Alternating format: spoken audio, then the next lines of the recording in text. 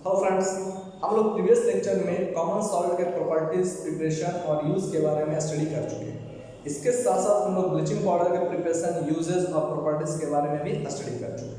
ठीक है, इसके बाद हम लोग वाशिंग सोडा के बारे में स्टडी करेंगे। That means sodium carbonate decahydrate के बारे में स्टडी करेंगे। लेकिन इसे स्टडी करने से पहले हम लोग वाटर ऑफ क्रिस्टलाइजेशन के बारे में भी जानेंगे। ठीक है, तो चलिए देखते हैं कि पहले वाटर ऑफ क्रिस्टलाइजेशन क्या है। ठीक, वाटर ऑफ क्रिस्टलाइजेशन, और इसे समझने से पहले हम यहाँ पर एक एग्जांपल लेंगे और उस एग्जांपल के हेल्प से हम कोशिश करेंगे कि आप लोग को वाटर ऑफ क्रिस्टलाइजेशन इजी समझ में आ जाए। ठीक है, तो चलिए देखते हैं वाटर ऑफ क्रिस्टलाइजेशन।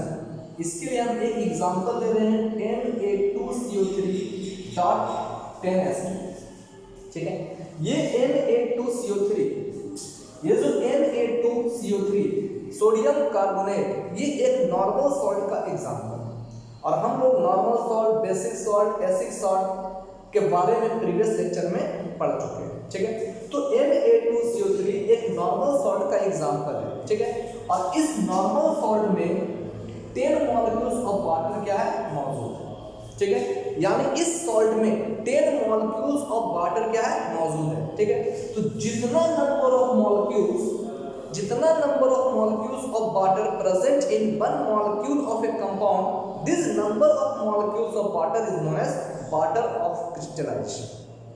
ठीक है, इसे ही हम क्या करते हैं, वाटर ऑफ क्रिस्टलाइजेशन का नाम देते हैं। ठीक है, तो अगर आपसे पूछा जा रहा है कि one molecule of Na2CO3.10H2O contain how many number of water of crystallization, then answer will be 10 molecules of water of crystallization। ठीक है, तो अगर आपसे पूछा जाए अब कि वाटर ऑफ क्रिस्टलाइजेशन कहते किसे हैं, तो आप क्या कहिएगा, the total number of water molecules, the total number of water molecules present in one molecule of a compound which is chemically combined to each other known as water of crystallization। इसे हम water of crystallization का नाम देते हैं। ठीक है, जैसे example क्या हो, Na2CO3.10H2O, it contains 10 molecules of water, it contains 10 molecules of water present in one molecule of a compound, so we can say its number of water of crystallization is 10। ठीक है, in case of copper sulphate pentahydrate, it contain 5 molecules of water, इसे 5 molecules of water मौजूद है, so we can say the total number of water of crystallisation in copper sulphate pentahydrate is 5। ठीक है, ZnSO4.10H2, it contain 10 molecules of water of crystallisation. ठीक है, यानी इसमें जो है वाटर ऑफ क्रिस्टलाइजेशन की संख्या 10 है। ठीक है, यानी हम कह सकते हैं यहाँ पर the total number of water molecule present in one molecule of a compound which is chemically combined to each other, that is called water of crystallisation, जिसे हम वाटर ऑफ क्रिस्टलाइजेशन का नाम देते हैं। ठीक है, अब ध्यान दीजिए, कह रहे हैं यहाँ पर कि ऑन द बेसिस ऑफ, ठीक है, on the basis of number of water molecule present in a molecule of a salt, salt is classified under hydrous salt or anhydrous salt। ठीक, अब ध्यान दीजिए, कह रहे हैं वाटर ऑफ क्रिस्टलाइजेशन के आधार पर सॉल्ट को 2 पार्ट में क्लासिफाई किया गया है, एक अनहाइड्रस सॉल्ट और दूसरा क्या होता है, अनहाइड्रस सॉल्ट। ठीक है, हाइड्रस सॉल्ट का मतलब क्या है कि वैसा salt which must contain water molecule in it, जिससे वाटर मॉलिक्यूल मौजूद होता है उसे कहते हैं हाइड्रस सॉल्ट, और जिससे वाटर मॉलिक्यूल मौजूद नहीं होगा उसे कहेंगे अनहाइड्रस सॉल्ट। ठीक है, hence we can say salt को क्लासिफाई किया गया on the basis of water of crystallisation, on the basis of presence of water of crystallization।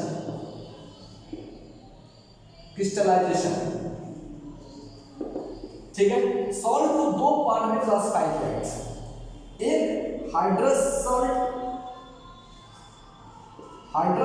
और दूसरा क्या हो गया, अनहाइड्रस सॉल्ट। ठीक, अब हम ये जानेंगे कि हाइड्रस सॉल्ट कहते किसे हैं और अनहाइड्रस सॉल्ट किसे कहते हैं, और इसके एग्जांपल के बारे में स्टडी करें। ठीक है, देखिए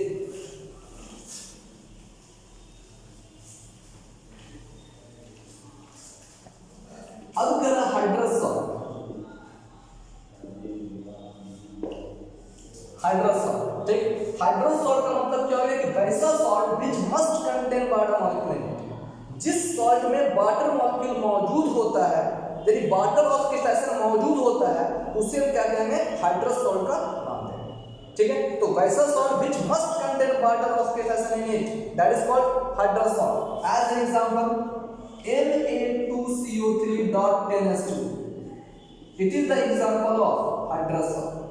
ठीक, FeSO4.7H2, it is also the example of hydrous salt. CaSO4.2H2, also the example of hydrous salt, and CaSO4.half-H2, ZnSO4.10H2, MgSO4.7H2, these all are the example of hydrous salt। ठीक है, इसे हम हाइड्रस सॉल्ट का नाम देते हैं। क्यों देते हैं? Because it contain water of crystallisation.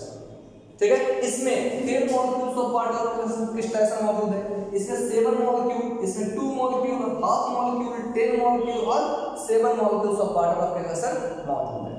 ठीक है, तो वैसा सॉल्ट जिसमें वाटर ऑफ क्रिस्टलाइजेशन मौजूद होता है, उस सॉल्ट को हम कहते हैं hydrous salt and also known as hydrated salt.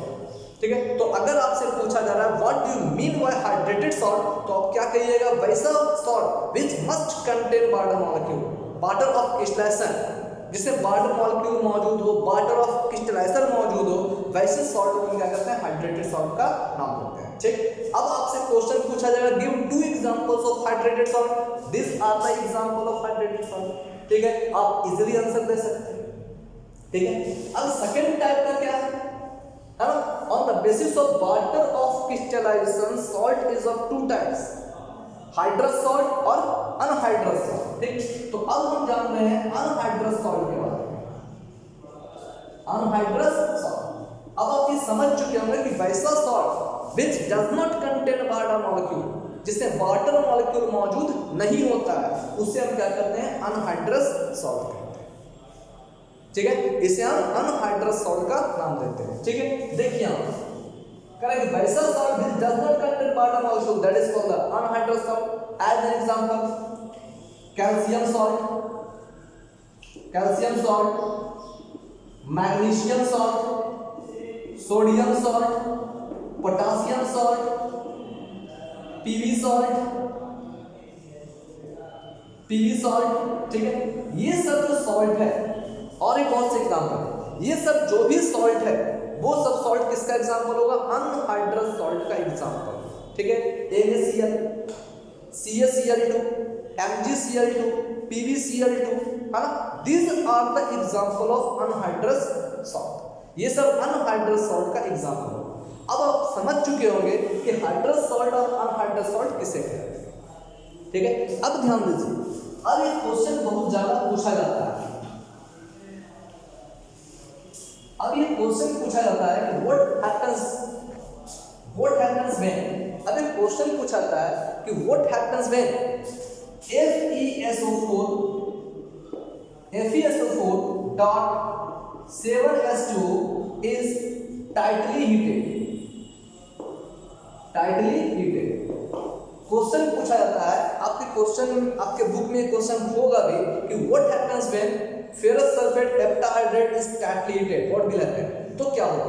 ठीक है, देखिए आप अगर FeSO4.7H2 को अगर हीट किया जाता है, ठीक है, हीट किया जाता है, तो हीट करने पर सबसे पहले क्या होगा, it loses all the molecules of water. ठीक है, वाटर मॉलिक्यूल क्या हो जाएगा, इवोपरेट कर जाएगा। ठीक है, तो अगर क्वेश्चन पूछा जा रहा है what happens when FeSO4.7H2 is tightly heated, what will happen, तो फर्स्टली क्या करेगा, it loses all the molecules of water. ये टोटल मॉलिक्यूल्स ऑफ वाटर को क्या करेगा, लॉस करेगा। ठीक है, ध्यान दीजिए, तो अगर जैसे इसको हीट करेंगे FeSO4.7H2 जैसे हीट किया जाता है ना, then it loses all the molecules of water. तो ये क्या करता है, सभी molecules of water को evaporate कर देता है। ठीक है, अब सोचिए जब सभी molecules of water यहाँ पर evaporate कर गया तो ये जो FeSO4 बना वो कैसा salt हो जाएगा, anhydrous salt होगा। It contain water of crystallization, so it is the example of hydrated salt. But it loses all the molecule of water and then it becomes anhydrous. So we can say it is anhydrous FeSO4. इसी कारण इसे हम anhydrous ferrous sulphate का नाम देंगे। ठीक है, अब ध्यान दीजिए, अब इस अनहाइड्रस फेरस सल्फेट को अगर हम फर्दर हीट करेंगे, फर्दर और ज्यादा टाइटली हीट करेंगे, है ना, then it will decompose into, तब ये डिकम्पोज होने के बाद क्या देगा, Fe2O3 with the evolution of SO2 gas और SO3 गैस। ठीक है, अब क्या कर रहा है कि जब ये FeSO4 को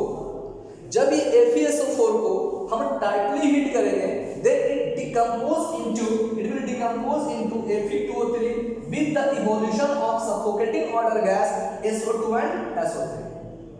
ठीक है, यानी ये जो आपका गैस है वो क्या है, suffocating order gas, suffocating order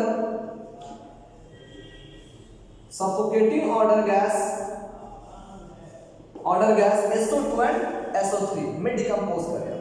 ठीक है, सफोकेटिंग ऑर्डर का मतलब क्या हो गया, है ना, वैसा गैस जिससे दम घुटता है। ठीक है, उस गैस को हम क्या करते हैं, सफोकेटिंग ऑर्डर गैस कहते हैं। ठीक, तो अब सोचिए कि जब FeSO4.7 टाइटली हीट किया जाता है, it loses all the molecule of water and then it becomes anhydrous. ठीक है, और उसको अगर फर्दर और टाइटली हीट करेंगे, then it will decompose into Fe2O3 plus SO2 और SO3 डिकम्पोज करेगा। ठीक, अब इसका सबसे बड़ा बात क्या है, जो देखिए ये जो FeSO4.7 होता है, ठीक है, FeSO4.7 जो होता है, ठीक है, ये क्या होता है, ठीक है, ये जो होता है लाइट ग्रीनिश इन कलर होता है। ये क्या होता है, लाइट ग्रीनिश येलोइश, ऐसे कर light green yellowish coloured compound होता है।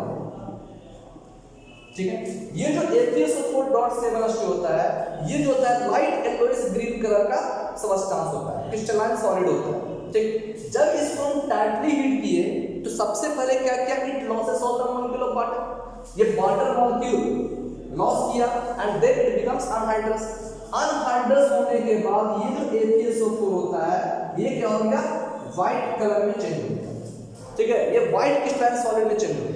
ठीक, ध्यान दीजिए, कारण यहाँ पर FeSO4.7, ठीक है, ये क्या है, अभी इसे वाटर मॉलिक्यूल्स मौजूद है, 7 वाटर मॉलिक्यूल्स मौजूद है इसमें। ठीक है, और इसका कलर कैसा है, लाइट येलोइश ग्रीन कलर। ठीक है, लाइट येलोइश ग्रीन कलर।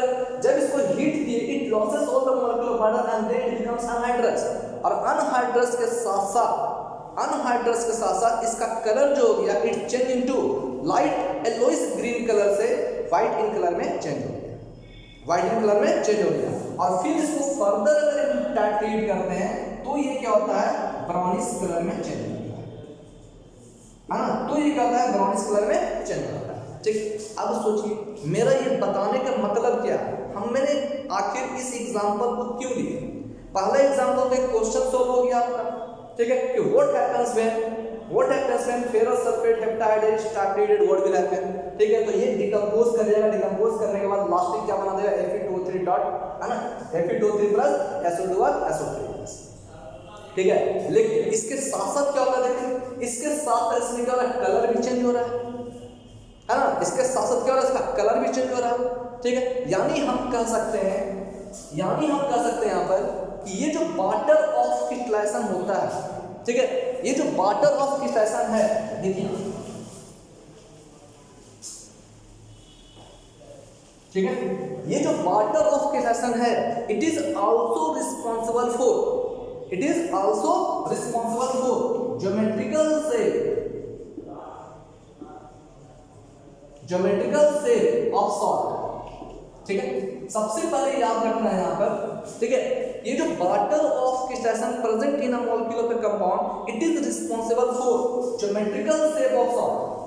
उस सॉल्ट के ज्योमेट्रिकल शेप के लिए रिस्पॉन्सिबल होता है। दूसरा क्या होता है, ये कलर चेंज के लिए भी रिस्पॉन्सिबल होता है, ठीक है, it is also responsible for colour change. तो आपको याद रखना है कि वाटर ऑफ क्रिस्टलाइजेशन अगर किसी सॉल्ट में कंपाउंड में मौजूद है तो ये water of crystallisation is responsible for the geometrical shape of that compound of that salt and colour change of that salt, ठीक है। ये कलर चेंज के लिए भी रिस्पॉन्सिबल होता है और ज्योमेट्रिकल शेप के लिए भी रिस्पॉन्सिबल होता है, ठीक है। आई होप आपको ये वीडियो अच्छा लगा होगा। Please like share and subscribe. Thank you.